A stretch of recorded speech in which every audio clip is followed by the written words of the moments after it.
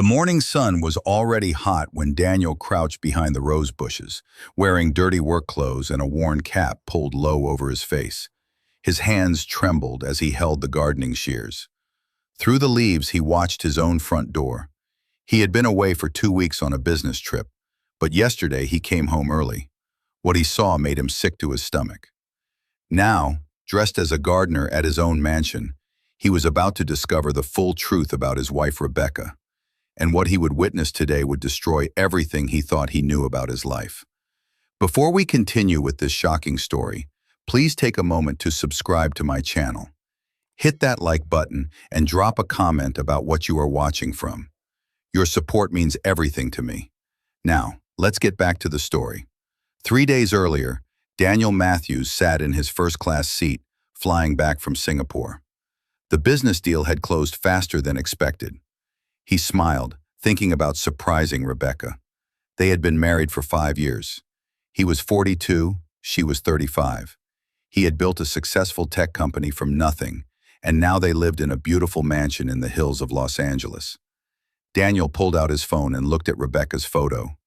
Beautiful blonde hair, bright blue eyes, perfect smile. He had met her at a charity gala 6 years ago. She was working as an event coordinator. Within months, they were married. His best friend Michael had warned him, "Daniel, you barely know her. Maybe slow down." But Daniel hadn't listened. He was in love. Now, 15 hours later, Daniel's car pulled into his circular driveway. It was 2 in the afternoon. The house looked peaceful and quiet. He paid the driver and walked to the front door with his suitcase. He used his key and stepped inside. The marble floor was spotless as always. Fresh flowers sat in the entrance vase. "Rebecca?" he called out. No answer. Daniel walked through the downstairs. The Kit Davis was empty. The living room was quiet. Maybe she was upstairs resting. He climbed the curved staircase, his shoes silent on the thick carpet. As he reached the top, he heard something. Laughter. Rebecca's laughter, coming from their bedroom. Then he heard another voice, a man's voice. Daniel's heart began to pound. He walked slowly down the hallway toward their bedroom door. It was slightly open. "You're so bad," Rebecca's voice said, followed by more laughter. "You love it when I'm bad," the man replied. Daniel pushed the door open wider. Rebecca sat on their bed in a silk robe. Beside her sat Marcus, their driver. They were drinking champagne. Marcus had his hand on Rebecca's knee. They both turned and saw Daniel standing in the doorway. Rebecca's face went white. Marcus jumped up so fast he knocked over his champagne glass. "Daniel," Rebecca gasped. "You're home early." "Clearly," Daniel said, his voice cold and steady despite his racing heart. Marcus grabbed his jacket. "Mr. Matthews, this isn't what it looks like." "Get out," Daniel said quietly. "Sir, I can explain. Get out of my house. Now." Marcus rushed past Daniel and disappeared down the stairs. They heard the front door slam. Rebecca stood up, tying her robe tighter. "Daniel, please, let me explain." "Explain what? Why our driver is in our bedroom? Why you're drinking champagne with him while I'm supposed to be out of the country?" Tears filled Rebecca's eyes. "Nothing happened. We were just talking." "Just talking," Daniel repeated. "On our bed, in your robe, while he touches you." "It's not like that," Rebecca insisted. "Marcus is nice to me. He listens to me. You're always traveling, always working. I get lonely." Daniel stared at his wife. "So this is my fault." "I didn't say that. But Daniel, you're never here. When was the last time we had dinner together? When did we last talk about anything real?" "I'm building a life for us," Daniel said. "Everything I do is for you. I didn't ask for a mansion," Rebecca shot back. "I asked for a husband." Daniel turned and walked out of the room. He couldn't look at her anymore. That night, Daniel slept in one of the guest rooms. Rebecca tried to talk to him twice, but he refused to open the door. By morning, Daniel had made a decision. He couldn't live with doubt. He needed to know the truth. Was this the first time? Was it just talking, or was there more? He called his lawyer, Robert Davis. "I need to know what my wife does when I'm not home," Daniel explained. "Hire a private investigator," Robert suggested. "No," Daniel said. I want to see it myself, with my own eyes. What are you planning? Daniel was quiet for a moment. I'm going to become invisible in my own house. The next morning, Daniel told Rebecca he had to return to Singapore immediately. Another trip? She asked, looking disappointed. You just got back. The deal isn't finished, Daniel lied. I'll be gone for 2 weeks. Rebecca nodded slowly. Okay, I'll miss you. Will you? Daniel asked. She looked hurt.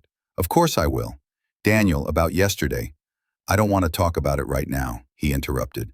I need time to think. He packed a bag and left the house.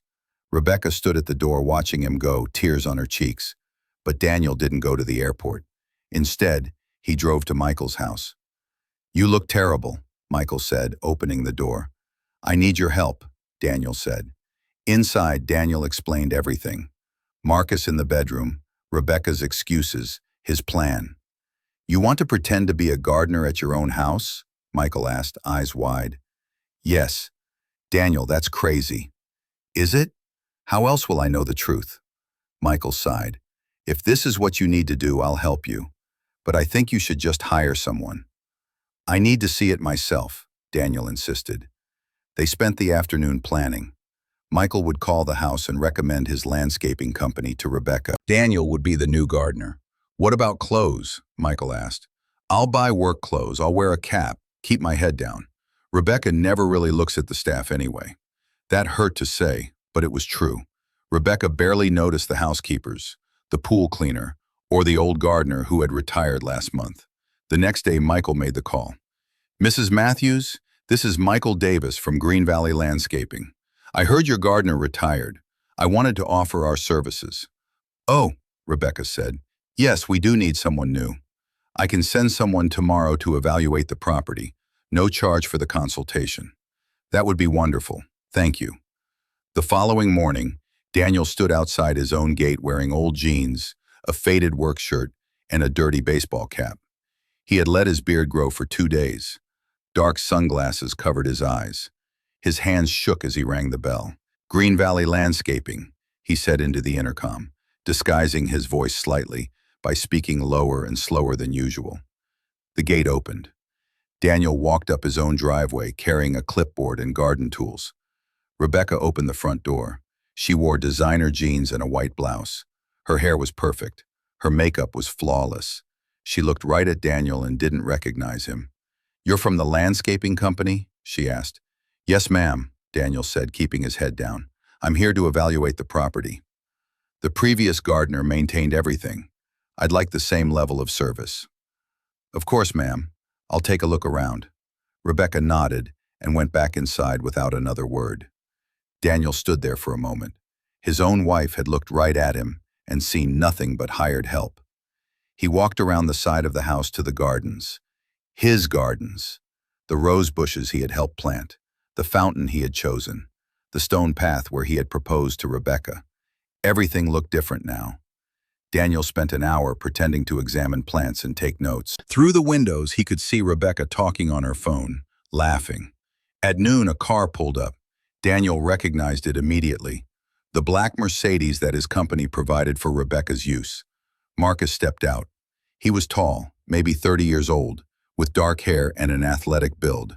He wore the driver's uniform, but he moved with confidence, almost arrogance. Daniel crouched behind a hedge and watched. Marcus didn't go to the front door. Instead, he walked around to the back entrance near the Kit Davis, like he had done it many times before, like he belonged there. Rebecca opened the door before Marcus could knock. She must have been watching for him. You're late, she said, but she was smiling. Traffic, Marcus replied, stepping inside. The door closed behind them. Daniel's chest felt tight. He couldn't breathe properly. He wanted to storm into his own house and confront them both, but he forced himself to stay still, to watch, to wait. 30 minutes passed. Daniel pretended to trim bushes near the Kit Davis window. He could see shadows moving inside, but he couldn't see clearly. Then he heard Rebecca laugh. That same laugh he had heard yesterday in their bedroom. The Kit Davis door opened.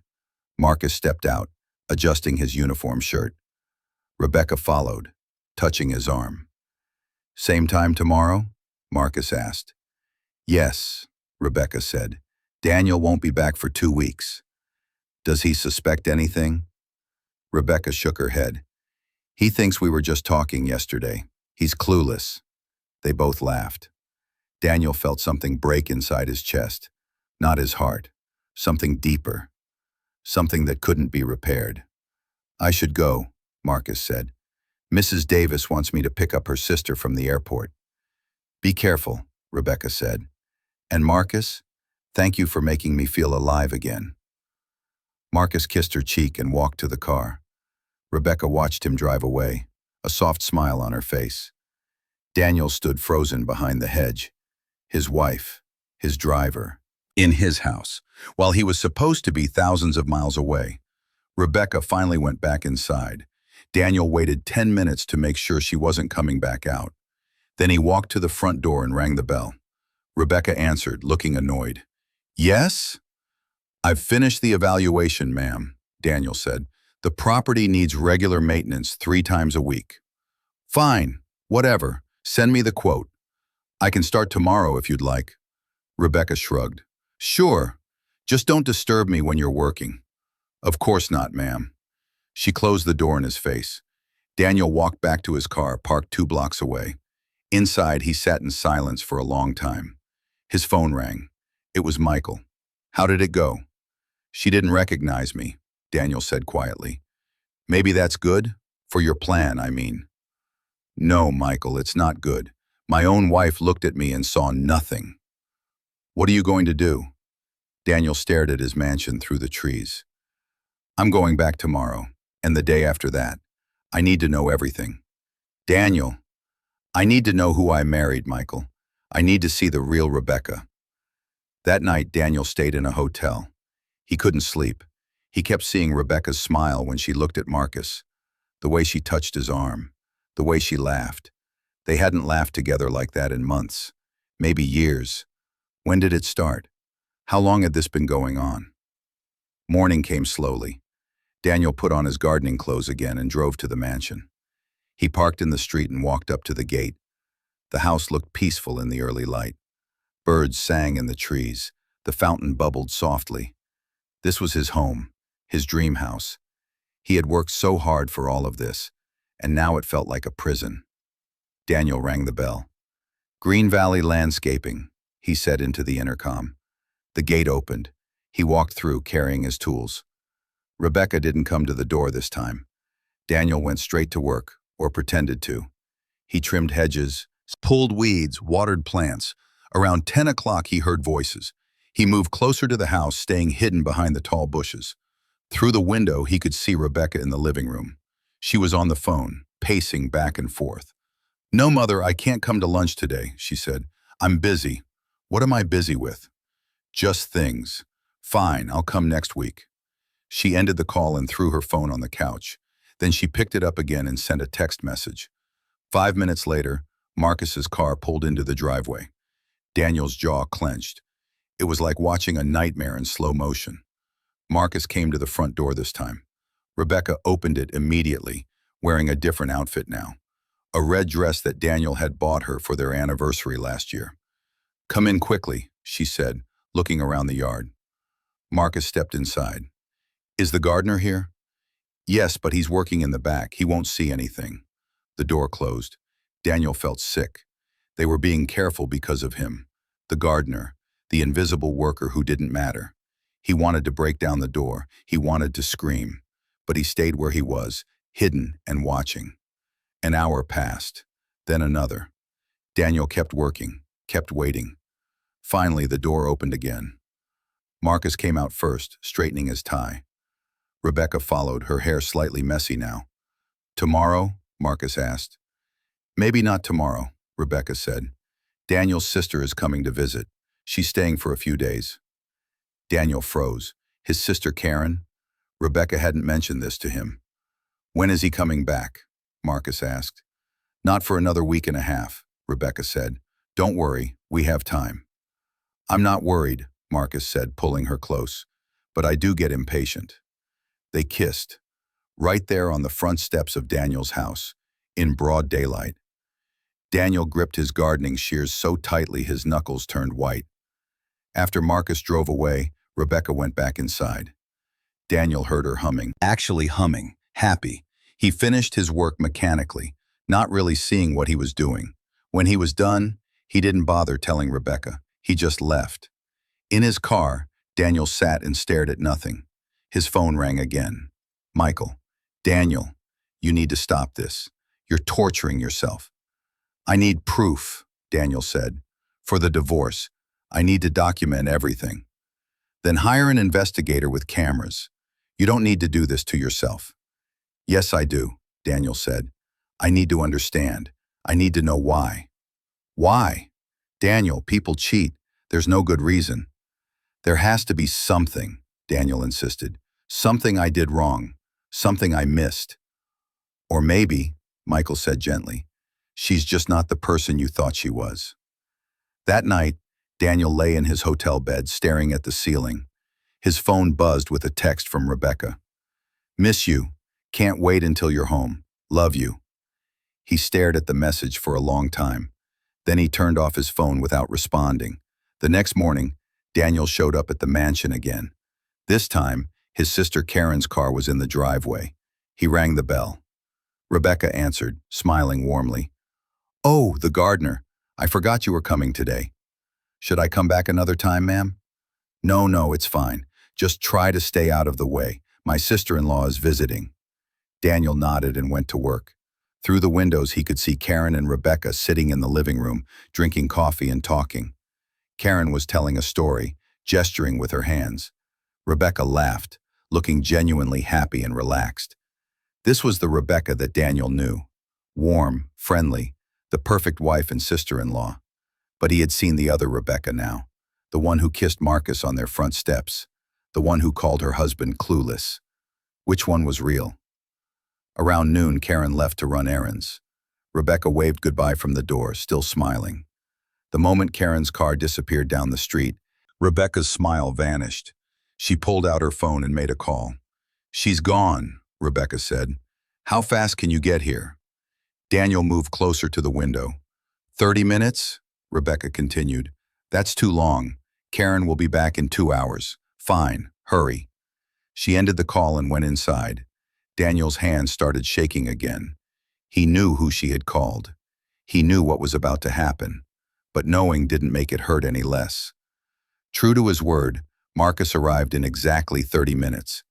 He practically ran from his car to the front door. Rebecca opened it before he could knock. They didn't even speak. They just grabbed each other and disappeared inside. Daniel stood behind the rose bushes, feeling like he was watching his life burn down. His phone buzzed. A text from Karen. Thanks for letting me visit Rebecca while you're away. She seems lonely without you. Daniel wanted to throw his phone. Instead, he carefully typed back, she's stronger than she looks. 45 minutes later, Marcus came out. He was tucking in his shirt and checking his watch. Rebecca followed, looking flushed and happy. You need to be more careful, she said. I am being careful, Marcus replied. Besides, your husband is on the other side of the world.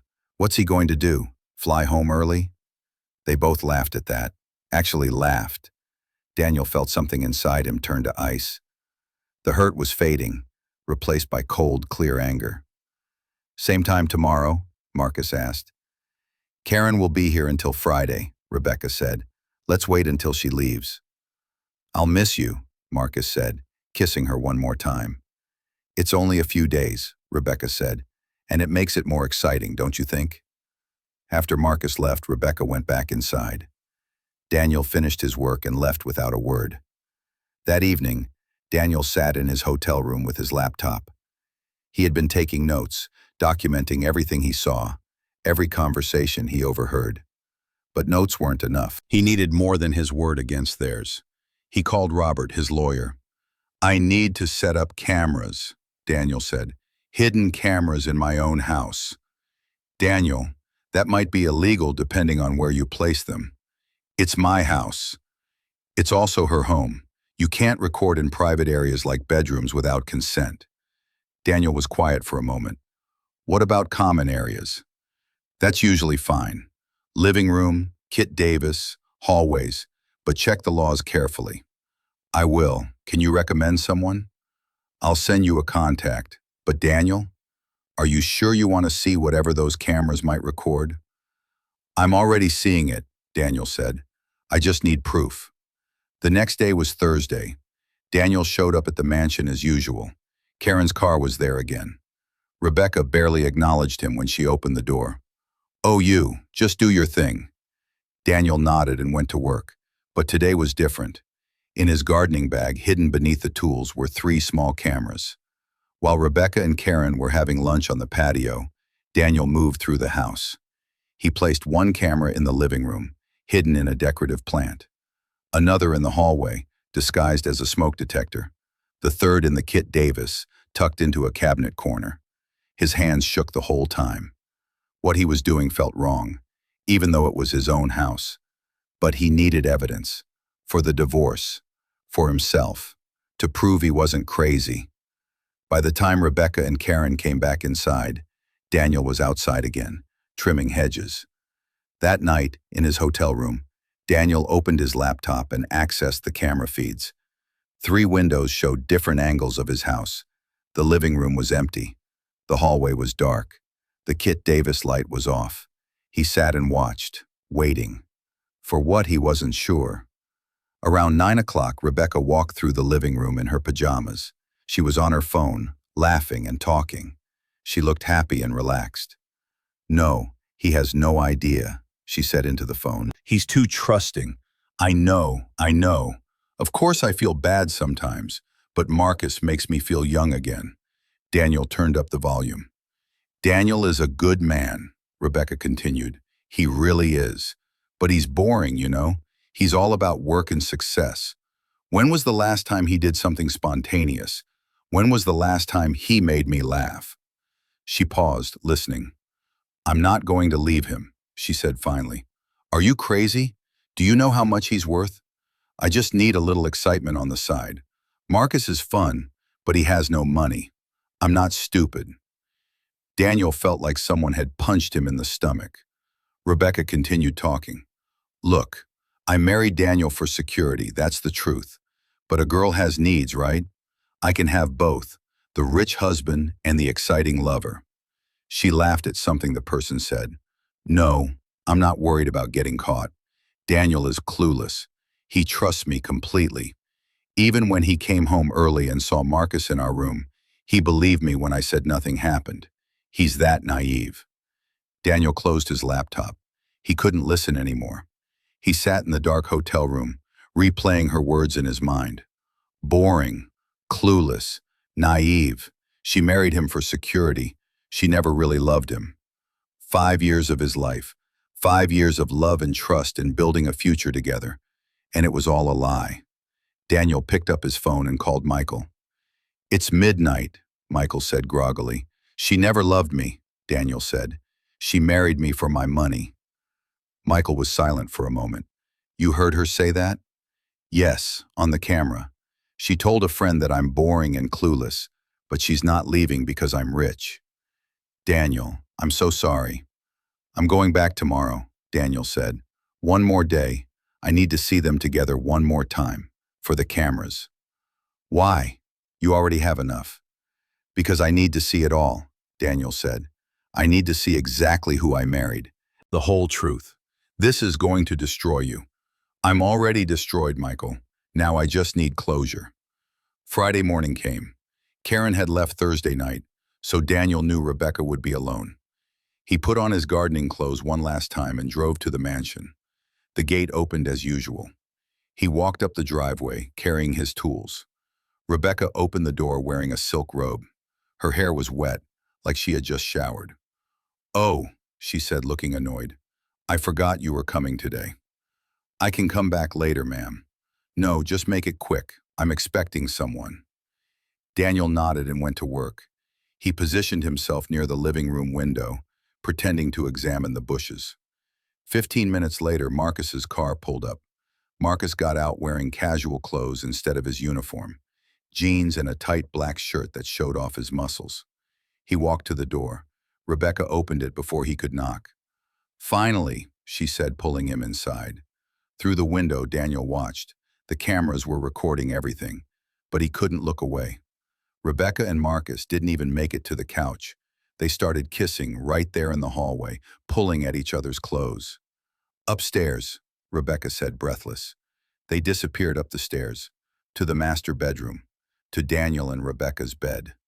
Daniel stood frozen, holding his gardening shears. He couldn't move. He couldn't breathe. Above him, he heard footsteps, laughter, other sounds he didn't want to identify.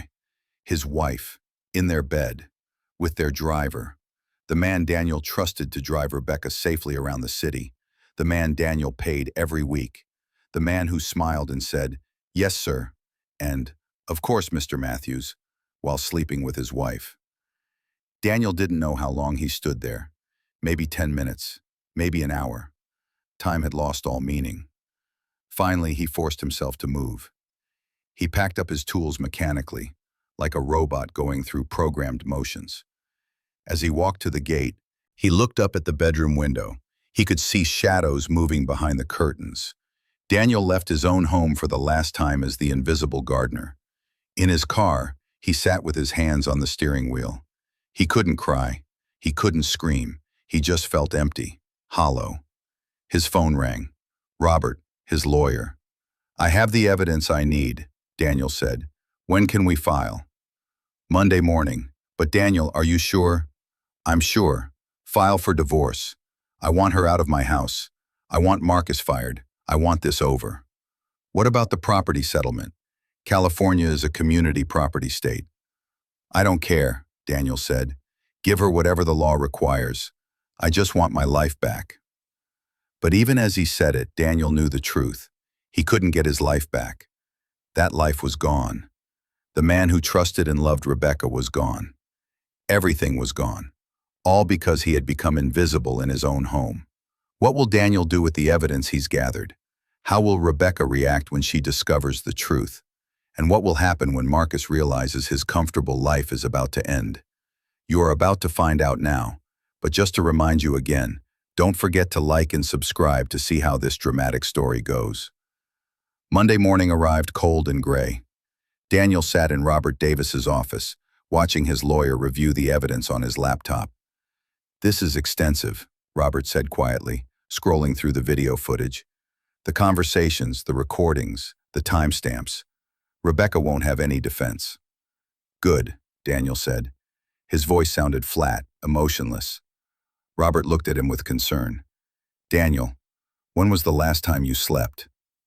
"I don't remember." "You need to take care of yourself. This process is going to be difficult." Daniel laughed bitterly. "More difficult than watching my wife in bed with another man. More difficult than realizing my entire marriage was a lie." Robert closed the laptop. "I'm filing the papers today, but I need to know what you want. I want a divorce. I want her out." "Financially, what do you want?" Daniel rubbed his face. "Whatever the law requires. The house is mine. I owned it before the marriage. My company is mine. She can have the cars, the jewelry, whatever. I'll give her a settlement. I just want this over." "She'll probably fight for more." "Let her try," Daniel said coldly. "I have video of her admitting she married me for money. I have proof of adultery. What judge is going to side with her?" Robert nodded slowly. "When do you want her served?" "Today.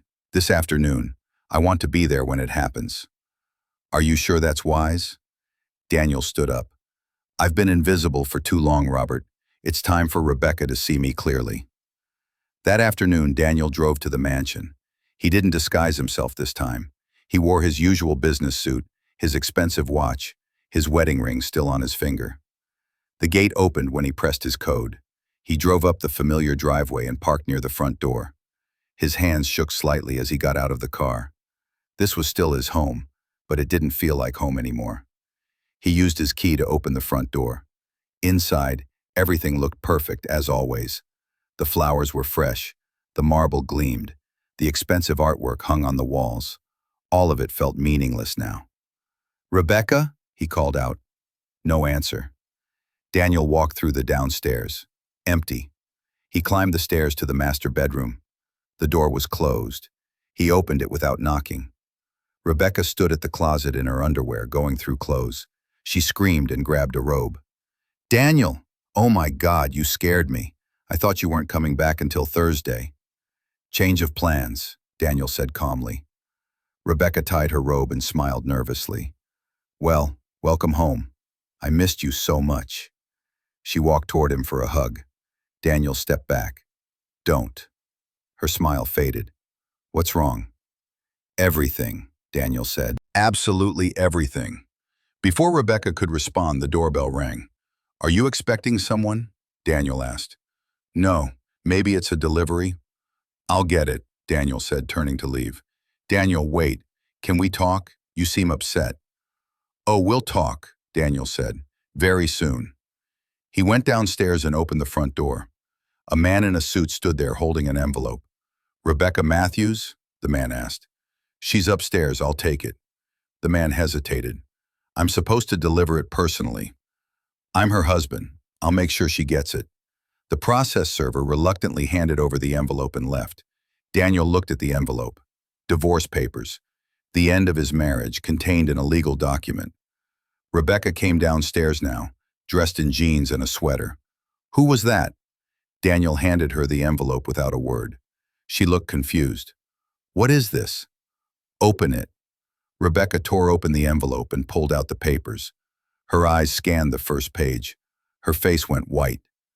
Petition for dissolution of marriage, she read aloud. Then she looked up at Daniel. This is a joke, right? Do I look like I'm joking? Daniel, what is this? What's happening? I'm divorcing you, Rebecca. She laughed nervously. Because of Marcus? Daniel, I told you nothing happened. We were just talking. You can't divorce me over a misunderstanding. It wasn't a misunderstanding, Daniel said quietly. And it wasn't just talking. Yes, it was. Daniel, please, you're overreacting. Am I? Daniel pulled out his phone and opened the video app. Then explain this. He pressed play. On the screen, Rebecca and Marcus appeared, kissing in the hallway of this very house. Rebecca's face went from white to red. You recorded me? How did you? Where did you? Daniel swiped to another video. This one showed Rebecca on the phone saying, I married Daniel for security. Marcus is fun, but he has no money. I can have both. Rebecca stumbled backward and sat down hard on the stairs. You bugged the house. My house, Daniel corrected, and yes, I did. After I saw you with Marcus in our bedroom, I needed to know the truth. You had no right. I had every right. Daniel's voice finally rose. You were sleeping with our driver in my house, in my bed, while I was working to provide for you. Daniel, please, I can explain. Explain what? How you married me for money? How I'm boring and clueless? How you planned to keep me as the rich husband while Marcus was your exciting lover? Tears streamed down Rebecca's face.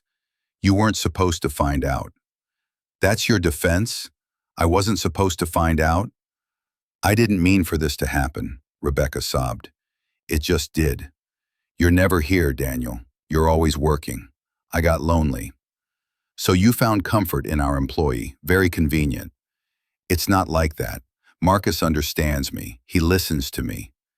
He's using you, Daniel said, just like you used me. I love you, Rebecca said desperately. I really do love you.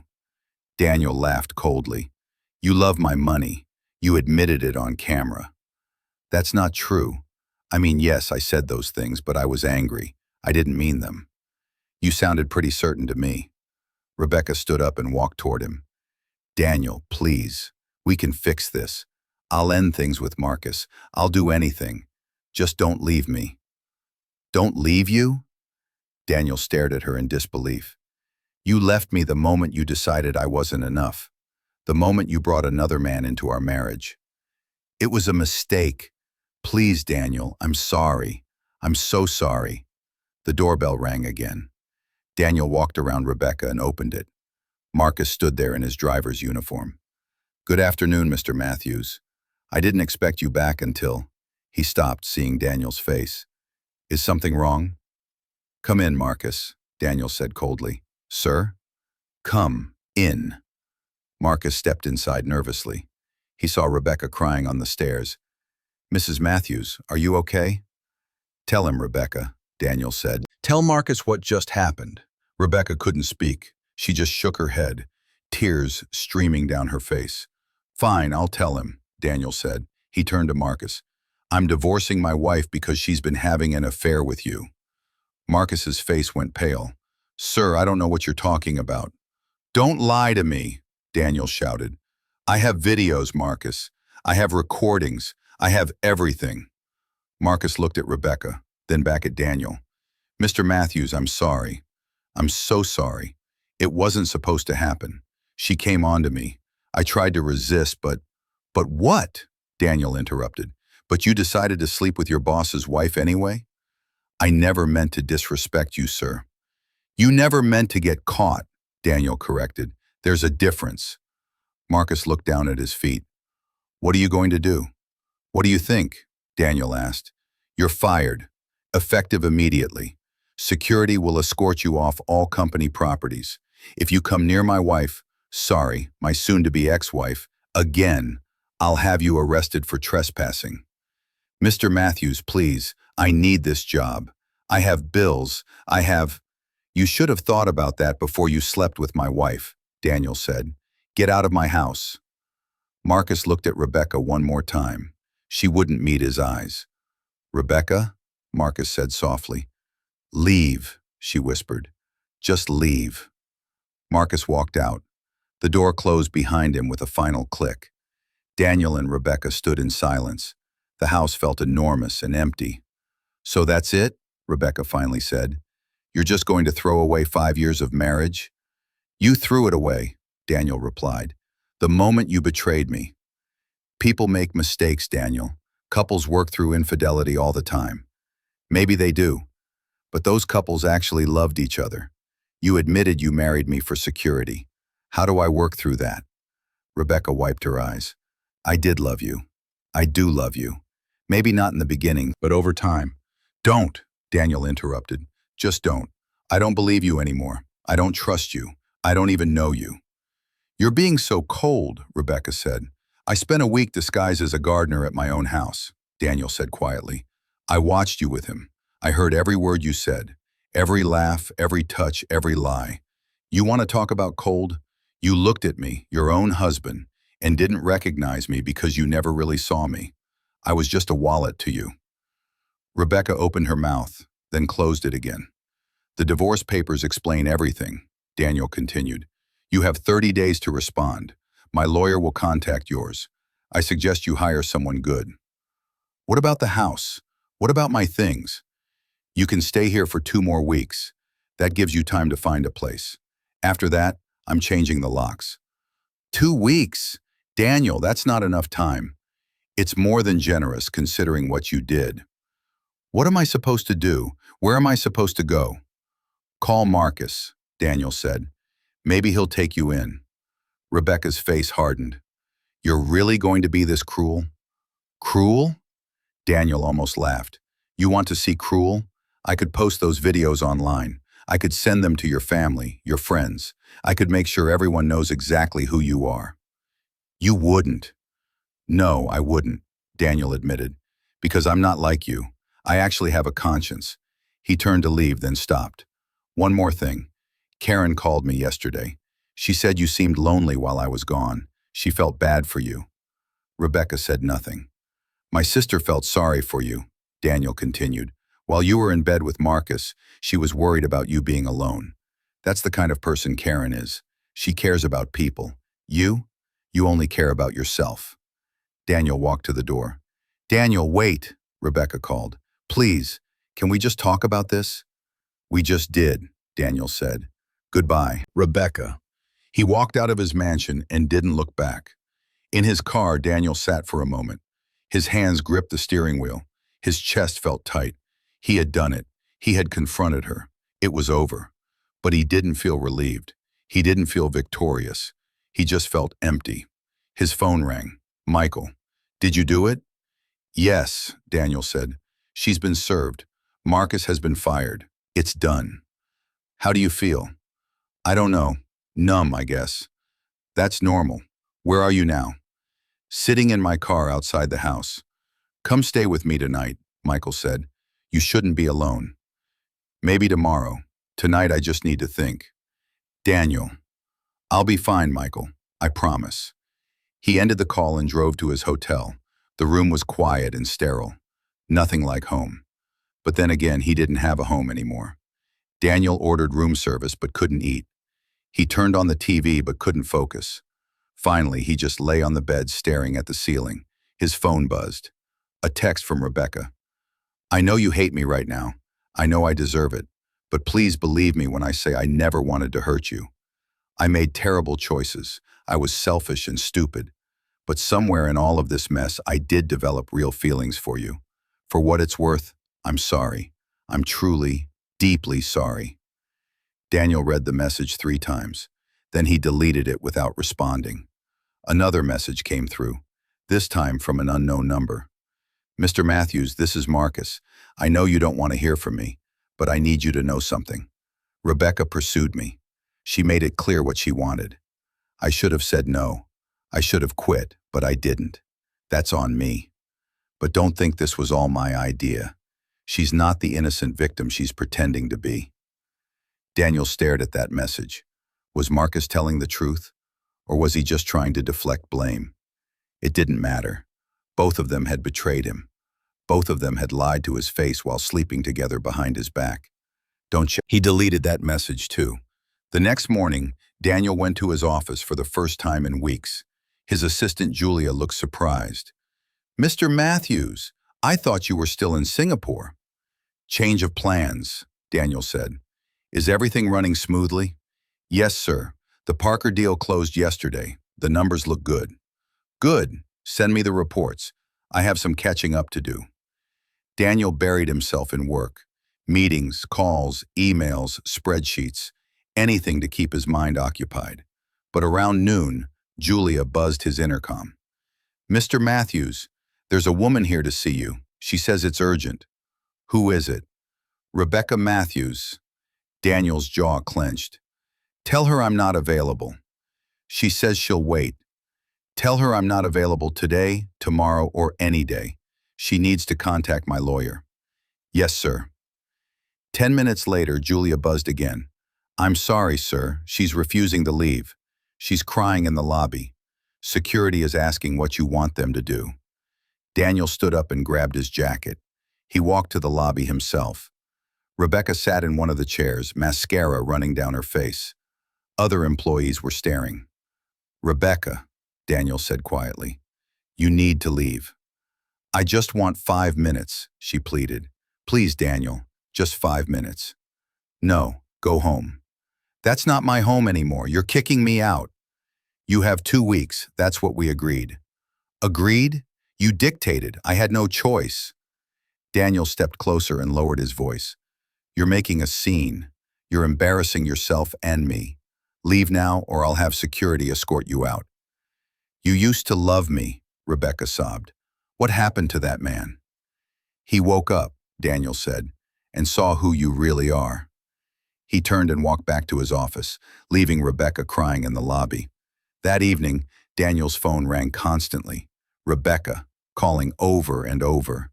He blocked her number. Then his house phone rang. He didn't have a house phone at the hotel, so it must be someone calling the mansion. Maybe Rebecca, trying to reach him that way. He ignored it. But the next morning, Michael showed up at his office. We need to talk, Michael said, closing the door. About what? Rebecca came to see me last night. Daniel looked up sharply. She did what? She showed up at my house, crying, begging me to talk to you. What did you tell her? I told her to respect your space and contact your lawyer, Michael said. But Daniel, she's falling apart. I've never seen anyone so destroyed.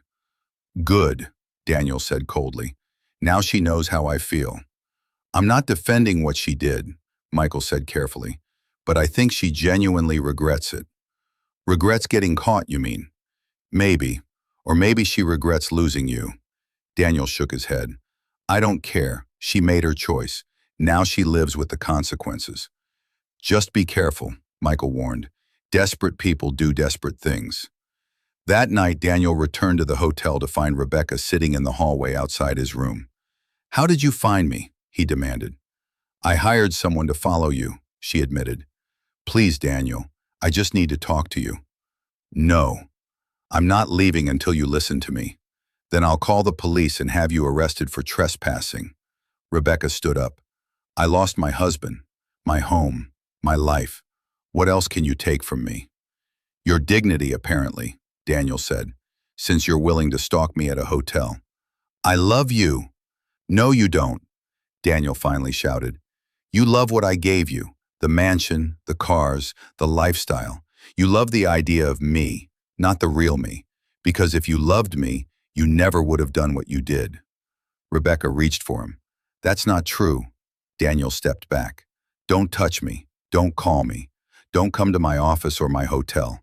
We're done, Rebecca. Accept it and move on." He pushed past her, unlocked his room, and went inside. He locked the door and leaned against it. Outside, he heard Rebecca crying, then footsteps, then silence. Daniel slid down to the floor and put his head in his hands. He was exhausted, emotionally, physically, mentally drained. How had his life become this nightmare? The next few days passed in a blur. Daniel worked, slept, and tried to pretend everything was normal. Robert called with updates on the divorce. "Rebecca's lawyer is pushing back on the settlement. They want half of everything." "On what grounds?" "They're claiming the videos were obtained illegally. They want them thrown out." "Can they do that?" "Probably not. You recorded in common areas of your own home. And Rebecca's admission about marrying you for money is pretty damning. But they're going to fight." "Let them," Daniel said.